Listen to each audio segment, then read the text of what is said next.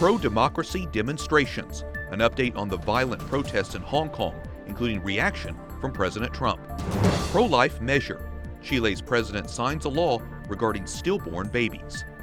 1 year later, on the anniversary of the landmark Pennsylvania grand jury report into clergy sexual abuse, we have reaction from an abuse survivor.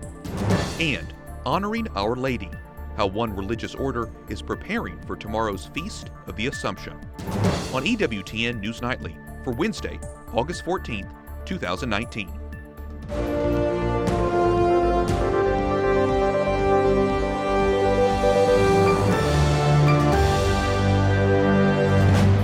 Good evening from Washington, D.C., and thank you for joining us for News from a Catholic Perspective. I'm Wyatt Goolsby. President Donald Trump calls for calm as a tense situation develops in Hong Kong. One of the world's busiest airports reopened today after protesters brought travel there to a standstill for 2 days. White House correspondent Mark Irons reports. Pro-democracy protesters in Hong Kong gather in large numbers, disrupting flights and clashing with police. Many residents see the protest as an increasing erosion of the freedoms they were promised in 1997 when Communist Party-ruled mainland China took over what had been a British colony. It shows how Hong Kong people determine and continue our fight and put pressure on Beijing and also Hong Kong government officials. Police are trying to break up demonstrations and keep Hong Kong's airport open. Doug Barry with the U.S.-China Business Council says the scuffle puts China in the spotlight. We call upon the Chinese government to use the utmost restraint, cool the rhetoric, cool the threats, encourage their appointed head of government in Hong Kong to meet with the protesters and get this resolved. Now, satellite images appear to confirm U.S. intelligence reports that the Chinese government is moving troops to its border with Hong Kong. Yesterday afternoon, President Trump tweeted, "Everyone should be calm and safe." China condemned the protesters, referring to their actions as terrorism. Police in Hong Kong have already arrested more than 700 protesters since early June. They could face up to life in prison for committing violence or interfering with flight safety. More than 74 million travelers pass through Hong Kong's airport each year. We want them to get together and talk this out so that stability returns to that very important hub in the Pacific, which is very important for world trade. It's a source of capital and other financial services. It's also very important. The Catholic Auxiliary Bishop in Hong Kong has shown support for protesters. At the same time, he's calling for an end to all hatred and violence, and why he believes peace and reason will have long-term positive effects. White House correspondent Mark Irons reporting. Thanks, Mark. The strict lockdown in the divided territory of Kashmir enters its 10th day. Residents of the India-controlled portion are running low on essential supplies. New Delhi is trying to prevent a violent reaction to its decision last week to strip the disputed region of its autonomy. The near-constant curfew is expected to last through tomorrow. Kashmir is predominantly Muslim and split between India and Pakistan. There are reports Syrian troops have captured 2 villages following fierce fighting with al-Qaeda-linked militants. It's part of an offensive against the last major group of rebels in the country. The 3-month campaign has killed more than 2,000 people on both sides. It also has displaced 400,000 others. A Russian military jet turned aside a NATO fighter plane in midair yesterday. Russian state television released video of the incident. Moscow says the NATO jet drew too close to a passenger plane carrying Russia's defense minister. There have been frequent encounters between Russian and NATO warplanes in recent years. Both sides have increased the number of patrol flights amid heightened tensions. Italy's president and prime minister attend a memorial service in Genoa on the 1-year anniversary of a bridge collapse that killed 43 people.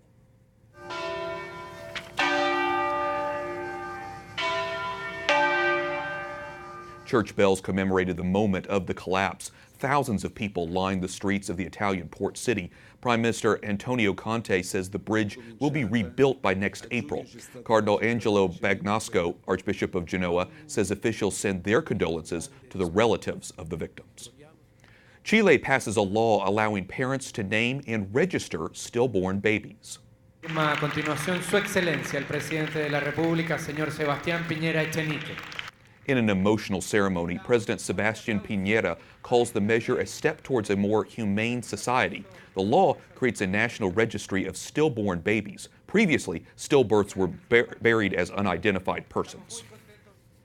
The Tennessee Senate Judiciary Committee held 2 days of hearings this week on a heartbeat bill. The proposal was passed by the state's House of Representatives in March, but the Judiciary Committee voted to defer it for further discussion. The state's Catholic bishops and Tennessee Right to Life do not support the plan. They have concerns it would not stand up in court. Today is the one-year anniversary of the release of the Pennsylvania grand jury report on child abuse by clergy. Pennsylvania Attorney General Josh Shapiro announced the grand jury concluded more than 300 Catholic priests in the state abused more than 1,000 children since the 1940s. Today, the Bishop of Pittsburgh, Bishop David Zubik, released a statement saying, in part, this year has been a time of sorrow for the harm done to people at the hands of clergy who were expected to be trusted spiritual leaders. It has also been a time for the heart of the church to deepen its understanding of what victims, survivors have endured and to reach out in new ways to help them heal. Shaun Dougherty joins us now by Skype from Allentown, Pennsylvania. Shaun was sexually abused as a child by his priest in the Diocese of Altoona-Johnstown. Shaun, thank you for taking the time to speak with us today. As a survivor, I'd like to get your response to Bishop Zubik's statement. Do you think the church here in the U.S. has been more responsive to victims of clergy sex abuse since the release of the report? Well, thanks for having me on, Wyatt. I appreciate it. I really don't think that they're victim-oriented. I recently had the opportunity to meet with Cardinal DiNardo at the U.S. Catholic Conference of Bishops, and I put forth very common sense measures. That there is a treatment center in Philadelphia here in Pennsylvania called the St. James Beanie Center to treat abuser priests. They don't have any mechanism like that in place for the victims. They have these compensation funds, but from a victim's perspective, first of all, not all dioceses are included in the victims fund, and it really doesn't do anything for the recovery of the victim. I think the funds and all of the statements that they're putting forth are more, to mediate their own problem and to prop themselves up a little bit better. I think they could be doing a much better job. You were in Rome this past February when Pope Francis convened a summit to address the abuse crisis. Then in May, the Pope implemented some new rules to prevent abuse and ensure bishops and religious superiors are held accountable. Do you think those rules will be effective at all? Do you think Pope Francis is on the right track? All but for the sake that the bishops are still getting, the metropolitan bishops are still getting the first say at what is a credible threat or not. I am a redacted name from the Pennsylvania grand jury reports, and the grand jury reports have told us that the bishops just are not good at policing themselves. And I would rather an attorney general or somebody in law enforcement deem what is credible and what is not credible. So I think his new plan falls short yet again. When the Pennsylvania grand jury report was released 1 year ago, it seemed to be a turning point for victims of clergy abuse in the state. Where do you think things stand now? Do you feel there's that same momentum at all that we were feeling last year? It's growing. It may not be the big flash and circumstance that the release was, but keep in mind, out of that release has spawned a number of other state grand jury investigations. So it will be release after release after release in the next coming years. So that is really, Pennsylvania is just the tip of the iceberg. We have a long way to go on this yet. What's next for you personally as you continue to advocate for survivors? We're coming into an election season for president. We have an ongoing federal investigation in Pennsylvania that I would really like to see the candidates for president and the current sitting attorney general give us their opinions as to what they're going to do with that investigation moving forward. Okay, well, obviously we'll continue to follow this and see how it develops at the federal and at the state level. Shaun Dougherty, thank you so much for sharing your thoughts with us. I really appreciate it. Thank you, Wyatt. Sure. The Catholic Church, the Boy Scouts, and the late financier Jeffrey Epstein are just some of the targets named in a flurry of sex abuse lawsuits filed today in New York. The state started accepting cases that had previously been blocked by an old statute of limitations. Coming up, an in-depth look at the governor of Illinois' decision to have the state's public schools teach the history of so-called LGBTQ people.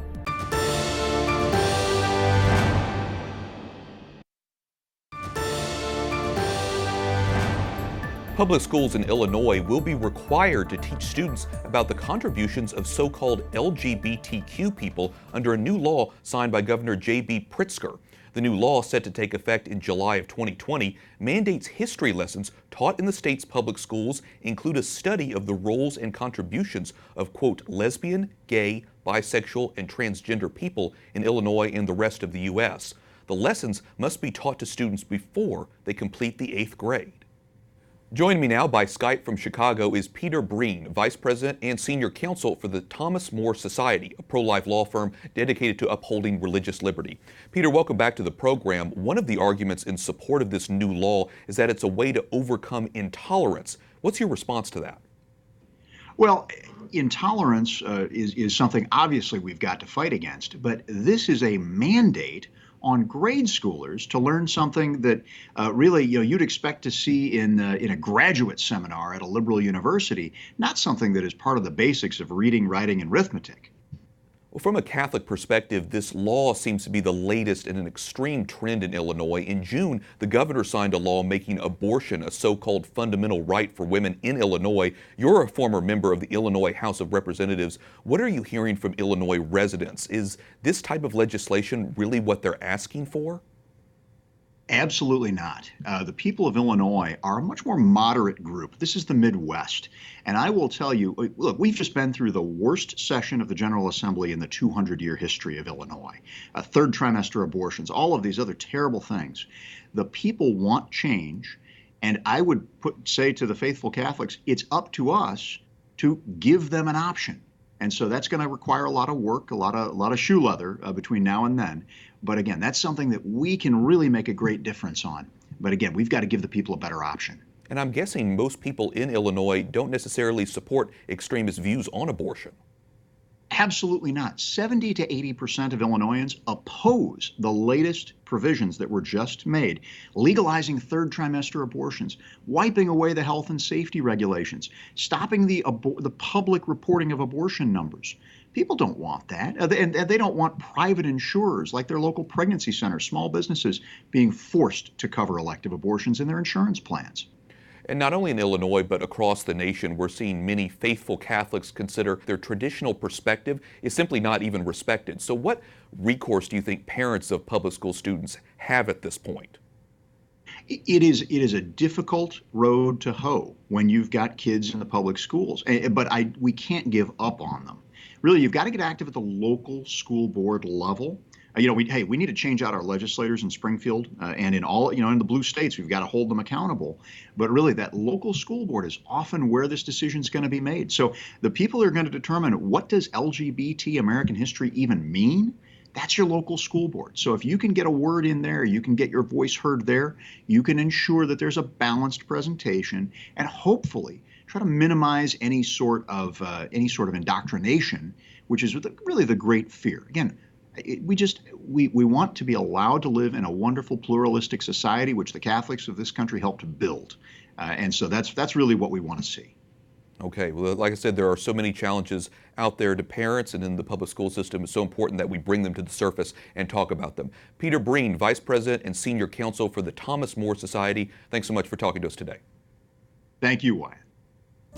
Up next, Catholic reaction to the teaching of the so-called LGBTQ people in Illinois public schools, and how the faithful can honor the Blessed Virgin tomorrow on the Feast of the Assumption.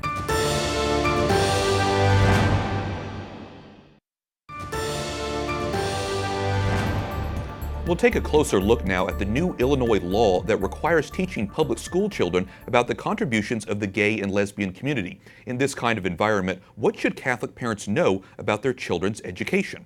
Join me now by Skype from New Jersey For more analysis is Robert George, McCormick Professor of Jurisprudence at Princeton University.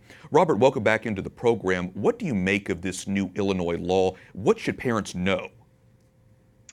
Well, I and others have said for a long time that secular progressivism, contemporary secular progressivism, with its doctrines of sexual liberation, is a religion. It's an alternative religion. It competes with traditional religions like Christianity and Judaism and Islam. And what this law shows is that we were right about that.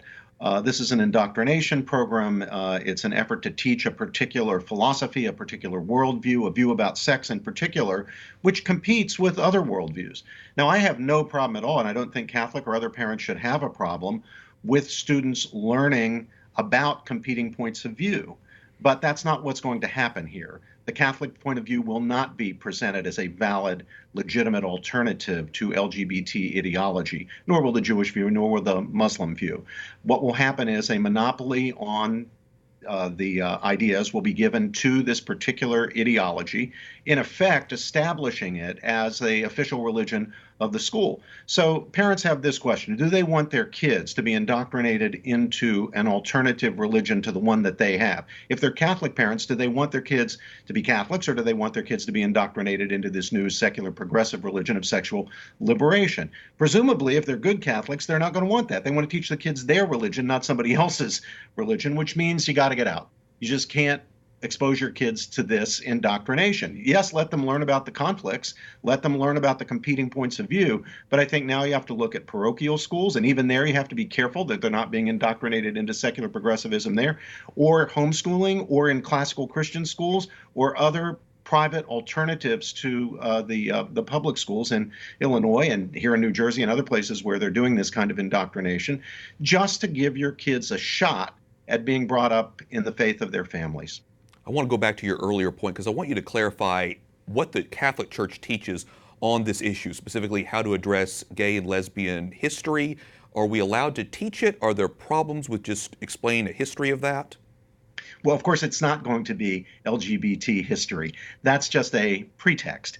This is going to be ideology. They're not going to teach the Catholic point of view on sexuality as an alternative, or the Jewish point of view, or the Muslim point of view. It will simply be this secular, progressive, LGBT, sexual liberationist point of view. I would have no objection if all the points of view were taught, they were given equal time, and then children and families could decide for themselves where they thought the truth could be found. But that's not what's going to happen here. Under the pretext of teaching mere history, a particular ideology will be taught. For example, I'll give you a good example.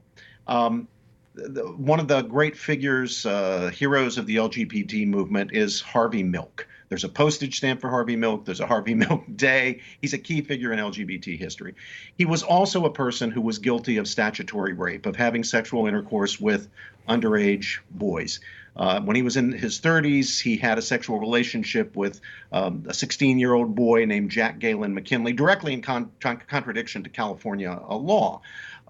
Will that be taught? No. You'll get a valorization, a glorification of Harvey Milk, but I predict, you can come back in a couple of years and tell me if I'm wrong, I predict that you will not be hearing about, in that curriculum, Harvey Milk's relationship with an underage child. And that's where the problem is. That's just one example. I could give you countless others. Mm-hmm. And we'll continue to watch carefully the implications of what this Illinois law will do. Before we let you go, I want to switch gears and ask you, because today is the one-year anniversary of the Pennsylvania grand jury report. Obviously, you've been vocal about the need for accountability within the church as part of the overall healing process. Where do you think we are so far in that process? We're not in a good place, Wyatt. We have not been given a transparent, competent investigation that would enable us to hold accountable those who are responsible. We still do not know who Cardinal McCarrick influenced, who Cardinal McCarrick promoted. We don't know who knew about Cardinal McCarrick's sexual misconduct with seminarians and others, including underage boys. None of that has been revealed. We do not even know that there is a good investigation going on. If we're going to have accountability, we need a good investigation and we need transparency. The truth has to be told. What happened when? We need to know who knew about McCarrick's misdeeds and when they knew it. And then those individuals, no matter how high up this goes, here in the American church and in the universal church, we need to know, and then action needs to be taken to hold responsible those who did know and didn't do what needed to be done to protect people. And of course, if the Vatican releases any more details or any more information about McCarrick or any of the others, we'll continue to report that as well. Robert George, McCormick Professor of Jurisprudence at Princeton University, thanks so much for giving us your insight today. My pleasure, Wyatt. Thank you. An order of nuns in Italy is preparing for the Solemnity of the Assumption tomorrow by praying a 9-day novena. The Missionaries of Divine Revelation are official guides for the Vatican museums. Each year, they give tours in English, Spanish, and Italian to thousands of pilgrims. The small community of sisters was established at the end of the 20th century and received diocesan approval in 2001. Joining us from Rome is Sister Emanuela Edwards with the Missionaries of Divine Revelation. She's originally from England. Sister, the Assumption refers to the Christian tradition of the Virgin Mary being taken up body and soul into heaven. It's a holy day of obligation in many countries. It's also a national holiday in Italy. How do you think Catholics can honor Our Lady on this feast day? I think one of the best ways, of course, to honor Our Lady on this feast day is by going to Holy Mass. That's the greatest thanksgiving we can ever give to our Lord, and therefore that naturally honors His mother too. And then after that, I suppose the next thing would be to recite the glorious mysteries of the Holy Rosary, and of course the fourth glorious mystery is that properly of Our Lady's Assumption into heaven. And so in that way we can ponder this great gift, this great grace given to Our Lady, which of course awaits every Christian at the end of our lives. Your order is dedicated to forming the people of God to live an authentic Christian life, but your group also has a deep connection to Mary. Tell us about that connection. Yes, we were spiritually born at the Grotto of Tre Fontane in Rome, where Our Lady appeared in 1947 to a Protestant, Bruno Cornacchiola, and converted him. And of course, we have a particular link with this feast of the Assumption of Our Lady, because during the apparition, Our Lady told Bruno that she could not die and did not die, and therefore she could not decay and did not decay because she is immaculate. And she said that my son took me to heaven. And therefore Our Lady, if you like, anticipated the proclamation of the dogma of the Assumption, which Pope Pius XII proclaimed on the 1st of November 1950. And so for our order, we have a very particular celebration for this feast day. Such an interesting spiritual connection and history there as well. You know, you give tours to pilgrims highlighting the connection between art and faith. Since we're talking about Mary, what work of art in Rome, from what you've seen, maybe give tours about, is your favorite representation of our Mother? I suppose for that we can go straight to St. Mary Major's Basilica, which was the first basilica in the West dedicated to Our Lady as Mother of God. And in the apse we have this very glorious representation, this great mosaic of Our Lady's Dormition. And here we see the moment when Our Lady falls asleep, as they say, and is received, her soul is received by her Son. So if we look closely at the image, what we see is our Lord receiving Our Lady as a child, just in the same way as Our Lady received our Lord. And when we look very closely at that image, it also tells us of the profound truths of the faith. We see Our Lady is depicted all in white because she's immaculate. And we have to remember that this great image was created at the end of the 13th century, which is centuries before any official dogmas of either the Immaculate Conception or Our Lady's Assumption to heaven.